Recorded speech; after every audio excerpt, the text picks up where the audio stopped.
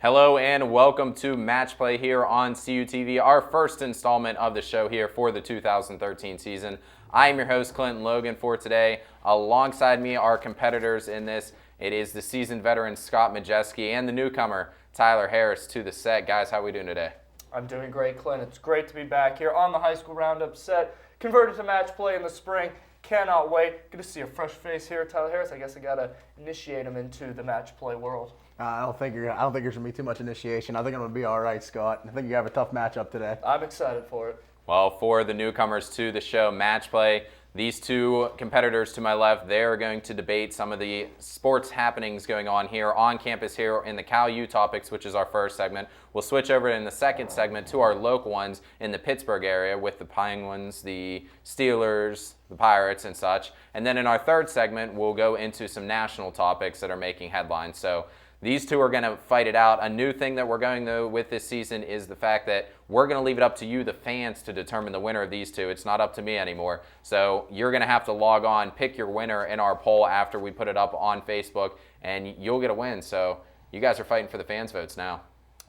Fans, wearing this awesome bright red polo. Gotta vote for me. You remember me from high school roundup. I got the chinchilla. Just vote for me, man. I'm the rookie, and I'm the most well-liked here with the fresh blue polo. So pick me. I'm the winner. There might have been lies on both sides. We'll find out as these two get ready to debate. Let's jump right into it. We kick it off in the Cal Topics, and we start with women's basketball. And guys, the women getting onto a little winning streak here now, just coming off a win against Slippery Rock, and then getting the most recent win against Lock Haven. And the real story, I think, Stephanie Michael leading the team in scoring, but now you also have Emma Mahady. I'm sorry, it's Emma Mahardy. And Scott, you're the seasoned veteran. I'm going to let you start this one off first, and I'll give you the first crack at it. She's been enrolled in the school for, I think, like 2 years, Clint, Emma Mahady, or Mahardy, I should say, because we never really knew that was the pronunciation of her real name, Mahardy. And it's really interesting because on Saturday she comes up to Matt, our sports guy, and tells us that it's Mahardy now, and we're hearing the PA guy say it's Mahardy. So, but it worked for her. She was fantastic on Saturday. And you know what? She's a good player. This team's a good young team. You only got one senior in the Morgantown Musket, and Stephanie Michael. But Tyler, I look up and down this team. I don't think they can sustain a PSAC playoff push. You got a great team in Edinboro. You got an even better team in Gannon, even though Edinboro did beat Gannon. SRU's down to the bottom. Clarion's up there. IUP's a good team. But I think this team will see themselves hosting because they take 6th now in the PSAC playoffs.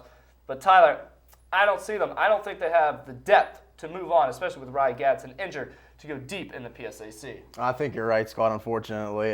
They might make a late season push here to try to get into the playoff spot, but it's going to be rough. As you said, it's a really young team, and they have a lot of experience yet to capture, and I think they can do it maybe next season. But as far as this season goes, I think you're right. I'm actually have to agree with you on this one, and I don't think they're going to be able to do it this year, maybe next year and seasons to come, but it's going to be a tough haul to get it to this season. Well, some young talent coming back for next season. As you mentioned, Steph Michael, the only senior. Real quick from both of you, they face Clarion this coming Wednesday. What do they have to do to stop Han Heater? We get the rebounds down low. You just got to work the boards down low. And you know who's been working the boards down low great is Antonenko. Boy, has she come into his zone there. And Ashley Hines, the new girl, coming out of nowhere and making some big plays, using the backboard to her advantage. You just got to stop her. That's what they did to Marissa Moyer against Lock Haven. They were just able to shut her down and get the boards and get working. Clean passing, controlled ball movement, and just overall easy technical play. Keep it basic, keep it simple, and hit all your easy marks. And I believe they will come out successful and they can beat this Clarion team. That was a little bit of a quicker response, so mark that, fans, when you're thinking about Tyler, when they're listening to the host. Let's keep it moving here. We go to men's basketball, and now the men ending their losing streak. Be it was against Lock Haven, it was a good shooting performance from the California team and some strong defense, and they have a little bit of a winnable stretch here in these next couple of games before they go back and face some of those top teams as we saw in Gannon and Slippery Rock and IUP. What does California have to do in these next couple of games to really get moving and get the right momentum? Tyler, we'll start with you. I think they need to do exactly what they did against Lock Haven, which was pass the ball efficiently and get the ball to wherever they need to put it to. they performed very well against Lock Haven. It was probably the best performance that they had all season because even in the beginning of the year against Penn State Fayette, they struggled against them. They struggled against Wilberforce in that three-point shooting team. They struggle against all three-point shooting teams so far this season. So I believe defensively, you really need to control the three-point shot because as of right now, they're not doing it so well. And also on offense, you need to do crisp passing and controlled ball movement and don't make as many bad plays as they were on offense. And I think they'll have a really good chance of making a late season run here as the season goes on. They need a consistent scorer. They need somebody who can consistently score on a Wednesday and Saturday basis. I thought it'd be Keith Lowe this year as he started off this season strong, but he's kind of faltered off. Mitchell Whedon hasn't done much for this team. You have Tynell Fortune doing what he can do, but you have Jake Jakovic also coming in and making plays. They just don't have some guy that goes out there and they can just give him the ball and say, take over a game. Go on an 8-0 run all by yourself on the offensive end. I haven't seen it. Quentin Harding's done runs, miniature runs, but they don't have a consistent score. No, they don't, and they've been trying to find it here in the last couple games. Maybe they'll find it in the upcoming one against Clarion as they take them on Wednesday as well, like the women do. So we'll see, and we'll keep our eye on the men's basketball team. We'll keep moving here, and a local football star coming out of Cal U, it's Rontez Miles, and we've seen what he's been doing. He's now getting ready to play in the Texas versus the Nation game, guys. And the question I'm going to throw to you guys is, how do you think he performs in this game against the Stars from Texas and how he works with the Nation team? And also, where do you see him going possibly after he does the Combine in the NFL Draft? Well, first I'll answer the draft question in the Combine. I think he'll be a mid-round pick, maybe 4th, 5th, and maybe as high as 4th. I think he's a good player. He's coming from Division II, so a lot of people weren't going to look at him up in the top 3, but I think he'll be a 4th or 5th, highest at 4th. And I think he'll do well. It depends on where they put him, because at the Division II level, he's got the size to be a free safety and a strong safety, but does he have the speed? They might put him against D1 players to be a cornerback. Does he have the speed to do that? I don't know. He might be a free safety at the next level, but I think he'll do well. I think he'll represent because he's a competitor, and we know that. We've seen him for these past 4 years. Rontez Miles is a competitor. Oh, I agree. He's going to do very well in that Tex America game. I think he's going to do very well. I think he's going to match up pretty well. As far as draft goes, I think he might fall a little bit farther back than 4th. I might think he might be like a 7th, 8th, and even if he is drafted, because a lot of D2 people will fall in the draft and not even get drafted at all, picked up in free agency to a team. So that might be his fate, but hopefully I'm sure everybody in Cal is pulling for him to get drafted because I think that Cal, you could really see somebody get drafted and it'll really boost their spirits and stuff like that. But I think Rontez will do very good in the NFL. I think he'll do very well in the Combine. I think he'll match up well in the Tex American game, and I think he's going to be very successful. Yeah, I think he'll get drafted because he's had so many awards and accolades to him through his Division II career, and a lot of people have taken notice. And I think he's got the size to match up. Well, Miles is projected a 7th round or a free agent pickup, so we'll see what happens in the draft. We'll keep our eye. That game, I believe, is played on the 5th here coming up, so it'll be coming up soon, so keep your eye out for that. We move to our fan topic, and we want to remind all of our fans that you can Facebook us your questions or send the questions to our Twitter. Just search CUTV Sports. And you can email us your fan topic questions, but since we don't have it yet, and this is the first one, I'm just going to throw it out to you guys. We're back here for the start of the semester. What did you guys do over your semester that was memorable, we can say? I just cleaned windows, basically. I cleaned freshly built houses that are about to go out on the market, and I worked a lot. I didn't really get to enjoy too much of the snow. I just kind of relaxed, played some video games, watched some sports, enjoyed the Bulls. Other than that, not a whole lot. I got to enjoy the snow. I got to use a shovel to shovel the snow off a bunch of people's driveways over the winter break with the snowfall. That was my income over break. But a good relaxing break. 6 weeks I think is too long because I was getting pretty bored by that 4th, maybe even 3rd week. But I can understand because the university's putting classes in during the winter breaks now.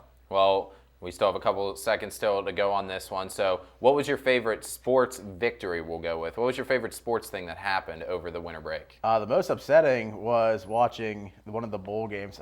I picked, I believe it was Nevada to win against Arizona State. And they were up by 2 touchdowns. And within the last 2 minutes, they lost the game. So I was pretty upset about that. So that was probably the most memorable victory I can remember.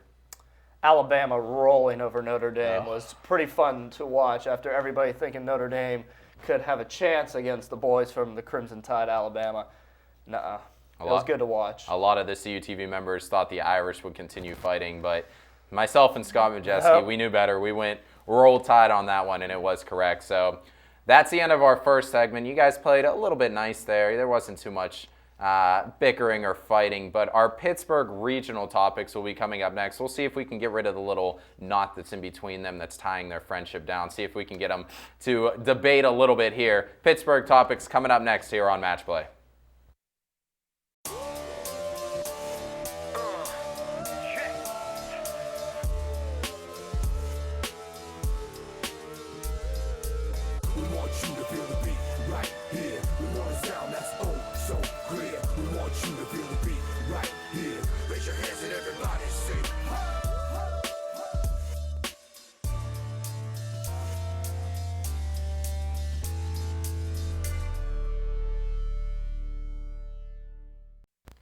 Welcome back to Match Play here on CUTV as we get set to go into our Pittsburgh region for our topics here, and just finished with the Cal U topics. And my two competitors to my left, Tyler Harris and Scott Majeski, they were a little bit nice towards each other. We'll see if they can start getting a little bit more debatable here in this one. And we'll start it out with a debatable topic. The Penguins off to a pretty good start here right now at 3-2. Just got the win in a shootout last night against the Ottawa Senators. So right now, they're looking pretty good, are the Penguins, but who's more better fitted right now? Not better fitted, but who's really leading the Penguins right now, and who are they relying on? Is it Crosby or Malkin right now that's stealing the show? Oh, it's their captain. It's Sidney Crosby by far. You know, I thought it'd be Evgeny Malkin playing in KHL for the past couple months, but no, it's Sidney Crosby. He's very consistent out there. He's doing everything he can. Yeah, Evgeny Malkin got an assist last night on a very nice feed to James Neal and got the shootout winner. But he's just been too inconsistent out there. He's taking stupid penalties. He's not doing what he should, and he's playing like he's a rookie out there, and he's just not playing smart hockey. And Sidney Crosby, you know you're getting the consistency out of him. He basically kept the Penguins in that Winnipeg Jets game on Friday night. Tyler, Evgeny Malkin is not the leader of this team. Obviously, it's Sidney Crosby, the guy wearing the C, and the guy who knows he needs to have a great comeback season this year. I agree with you with Malkin. Malkin is not the guy that they're looking for. I think he's too used to the KHL right now. I think he's so used to doing whatever he wanted to do over there and get away with it. I don't think you're right with Crosby, though. I think it's James Neal. James Neal came out starting this season on fire. He's doing well so far, and he's continuing to do well on that Malkin line. But I really don't – I see where you're saying with Crosby, but I can't agree with you. I think they're really focusing on their less popular players, as in Neal, as in Tanger, as in Orpik, as in all those younger guys, those less popular guys, Kunitz.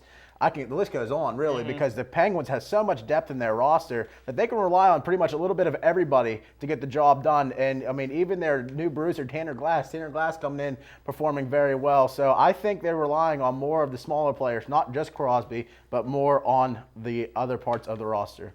Well, Tyler goes with one of the non-options in James Neal, but you also have to remember, if Malkin wasn't out there, Neal wouldn't be getting those goals, because I think if you can look back on that, I think Malkin's had a play in almost every single one of the 4 goals that James Neal has. But moving on, we jump over to Pitt Hoops. We're talking college basketball, and Pitt not off to a bad start. They've gotten some good wins, but it's a big Monday here today, and they face off against Louisville. How good is this Pitt basketball team, guys? Pitt's doing fairly well so far this season, better than a lot of people expected with it being such a young team. I think they're coming off a 4-1 streak right now in the past 5 games, and Louisville coming up off of a 2-3 right now. They're only 2-3 in the past 5 games. And some big losses there for a number 5 ranked team. But I think Pitt definitely will have a big say in what's going on this year in the Big East with this matchup here tonight against Louisville.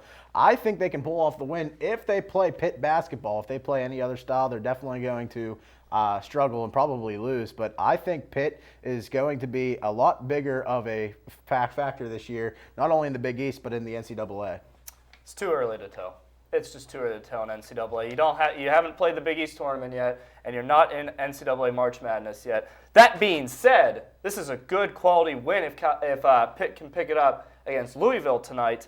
But like I said, it's too early. Yes, this Pitt team's had some struggles, but they are on the hot streak right now. They're playing together. That's Jamie Dixon basketball, their team. But I don't think they have that one scorer on their team that can just take over in March Madness and in the Big East tournament. So that being said, I'm not going to give them they're not real or they're real yet until it's March Madness time and they pass that Sweet 16 mark that Jamie Dixon struggles with. There's a lot of competition right now in the Big East, and unfortunately, we're going to see that start to fold over the years here as a lot of teams have been breaking away. But such a great Big East conference with Villanova pulling upsets recently. You got Syracuse and Louisville up atop there. You never can count Marquette out, and Pitt's right in there. And I bet a lot of people would be saying that Trey Vaughn can lead this Pitt team, but we'll have to see. And you're right, Scott. It may be a little bit too early to tell. So we'll keep our eye on the Pitt men's basketball hoops team as they get ready to further their season, go into the Big East tournament and March Madness. So we continue on. We talk Pirates baseball, and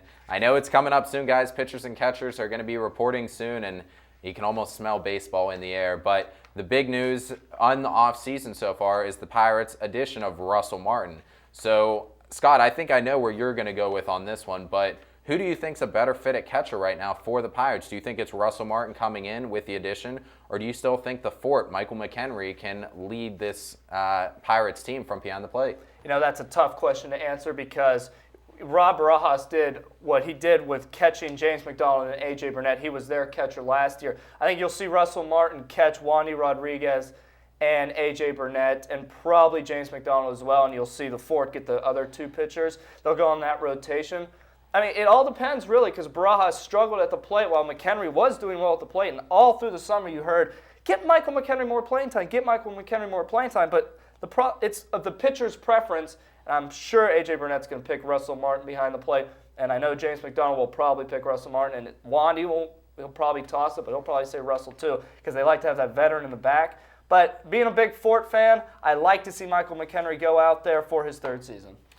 I'm not sure how to feel about Russell Martin yet. I think it was a good acquisition nonetheless. However, I think the Fort is a very good player. I think he deserves more playing time. Obviously, the pitchers, Burnett and McDonald, are going to take Russell Martin before they take McHenry because Russell Martin is a seasoned vet and A.J. Burnett played with Russell Martin. So it's going to be a toss-up. I think Russell Martin's going to get the more playing time, but he really has to show himself and show that he's not so much of a veteran, and that McHenry, I think, needs to show himself as he's becoming one of his prime years. He's coming up on his prime years. He needs to really show his playing abilities. If not, he's really going to struggle to find time behind the plate, and Russell Martin is going to get a lot more time. But I think both options are better than Rod Barajas. Yeah. That was a bad idea keeping him in on the season. Let's see if Tony Sanchez gets a call-up, too, this summer. You never know. He might be able to, but the Pirates will look for Martin to really control the game from behind the plate, as you guys mentioned. But, hey, this is a catcher that can also steal bases, so we might see him swipe a few bags here or there. But we move on in our last segment here in the Pittsburgh Topics, and it's Maurkice Pouncey, the lonesome Pro Bowler, and we're featuring him just because he's the only Steeler that played in the Pro Bowl because Heath Miller was injured, the only other player selected to the Pro Bowl. But what's your opinions on the Pro Bowl as a whole? Do you think it's good for the game of football, or do you think it's bad? I think it's a big joke. Honestly, I think it's the biggest joke that there is in sports right now. It used to be taken serious, and it used to be a fun thing to watch, but now viewings is down. Even the refs find it a joke. If you saw in the game yesterday, the ref came on the PA but after a pass interference call, right before the pass interference call, and said, yes, there are penalties in the Pro Bowl. That alone shows you that the sport's becoming a joke. Not the sport, but the game, the Pro Bowl game is becoming a joke. I think what they need to start doing is just selecting a team that would be an all NFC and an all AFC team, and just put it to that. Because right now, the way the Pro Bowl's heading, with the way it's treated with hitting, and the way the defenses can only play this and this, and offenses can only do so much, it's just really controlling the game, and it's not fun to watch anymore. So I think they need to put it to an end, and they need to just maybe draft up an all AFC team and an all NFC team and put it to an end of that. No one wants to play in this game. None of the big stars want to play in this game. And you watch All-Star games too, see the big stars play. Nobody wants to play in this game. That being said, I think Steelers got robbed of a couple players that should have played. I thought Ryan Clark should have been a Pro Bowl selection for sure. On the defensive end, I think Brett Kiesel should have gotten a selection. I mean, it's a great trip. You go out to Hawaii to play in a scrimmage-like game. You get to take the family. But, having it the weekend before the Super Bowl, you don't even get the guys in the Super Bowl to play. So it's just a joke, and they should get rid of it. And at the end, All-Star games are tough. The only All-Star game I like is the Major League Baseball one, the Summer Classic. All it is a free family vacation. Yep. That's all it really is to the NFL. No, it doesn't mean real much. I think that's why a lot of people like the MLB All-Star Game, because that determines home field advantage in the World Series. So that's got the biggest factor. But maybe the NFL can figure something out. Maybe it becomes a skills thing. Who knows? But now you know the opinions here of our panelists. So that is our Pittsburgh region. We're going to take a break. When we get back, we're getting into the national topics, and there's some good ones on hand. A little bit of a Manti Te'o. We're going to hear the sides of both of our contestants. So stay tuned. Match Play will be coming right back. CUTV is always on the air online. Like us on Facebook for upcoming events and status updates. Follow us on Twitter at CUTV_PA for behind-the-scenes exclusives. For streaming news and sports coverage, subscribe to our YouTube channels.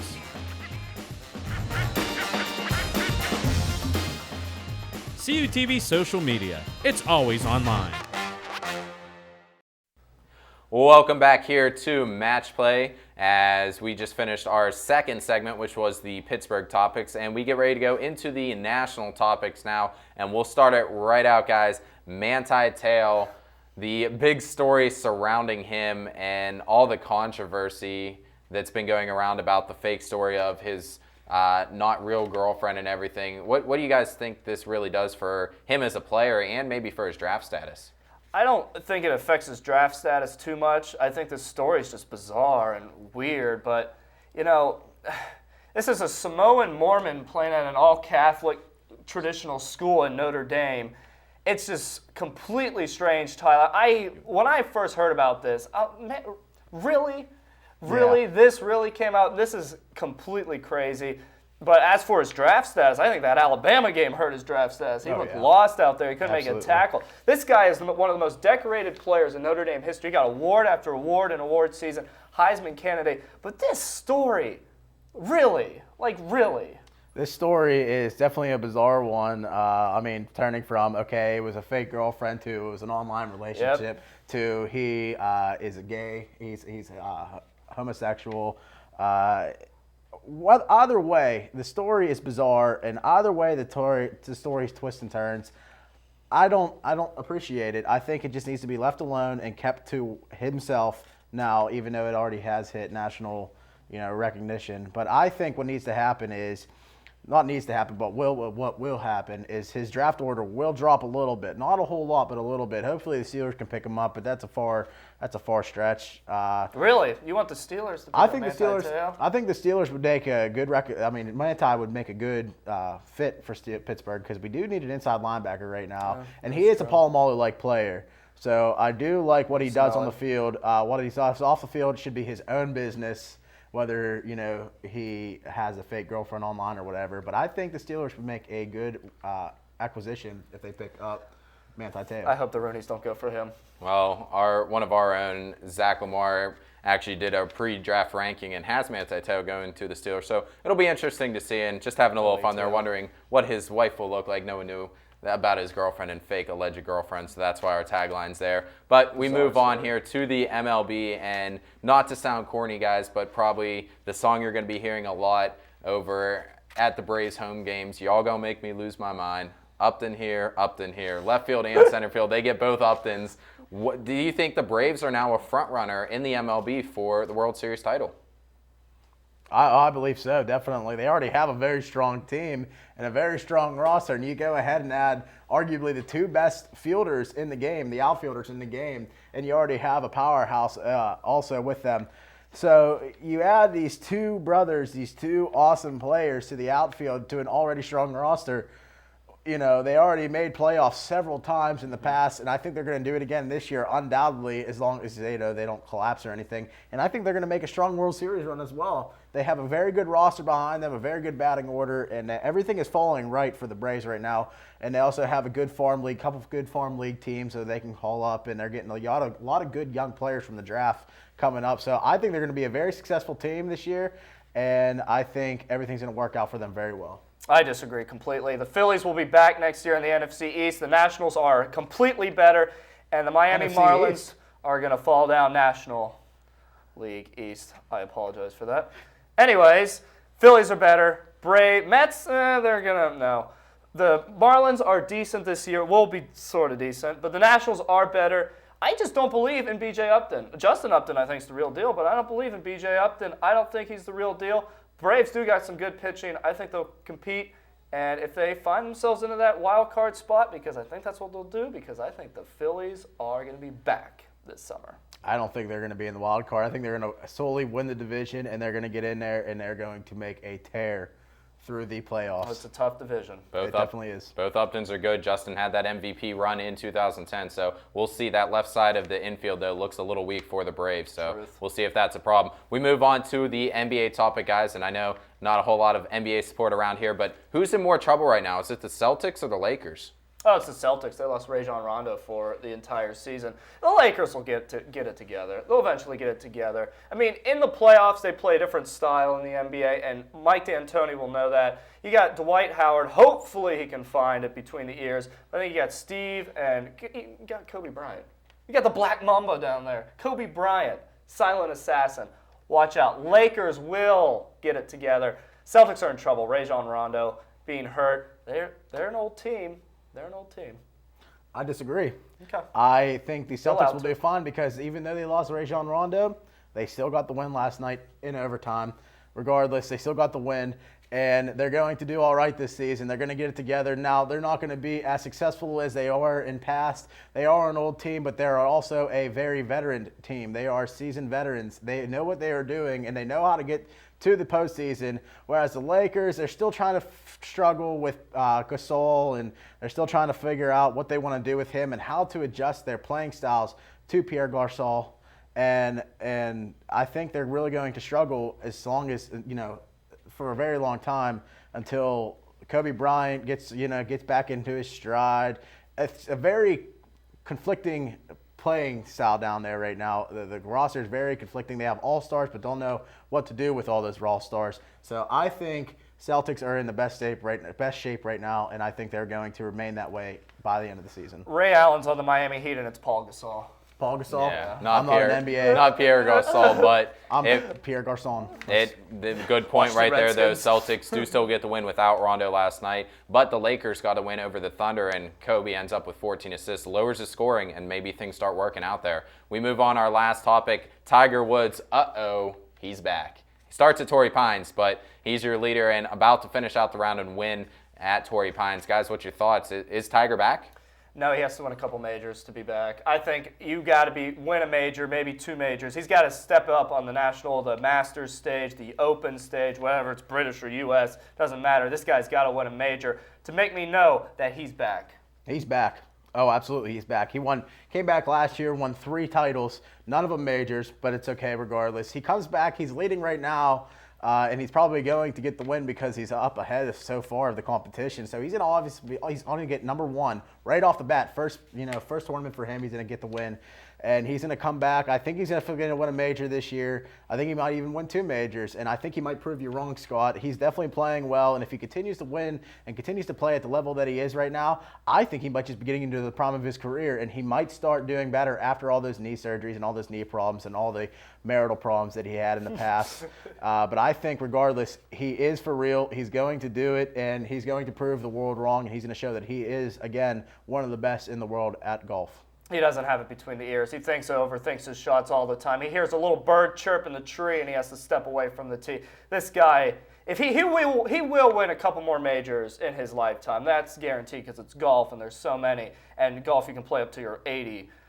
Tiger Woods is not back, though. He's got to win a couple majors to make me think he's back and to show the confidence out there that he can, because this guy doesn't have it between the ears. The level of competition these days also is just much harder than it was back in the past. With Rory McIlroy, you got Striker, you got all these professionals that are doing really well, so it's definitely going to be very difficult for Tiger, but I think he can do it. Well, we'll see if he can and finish out the round here at Torrey Pines, as that will be finishing up today here on Monday. But that's going to do it for our show here today on Match Play. Again, remind you have to vote for the winner. Go to facebook.com/CUTV and pick your winner between Tyler Harris and Scott Majeski. But for those two on set and for Allison Steinheiser in the studio, I'm your host, Clinton Logan. You've been watching Match Play right here on CUTV.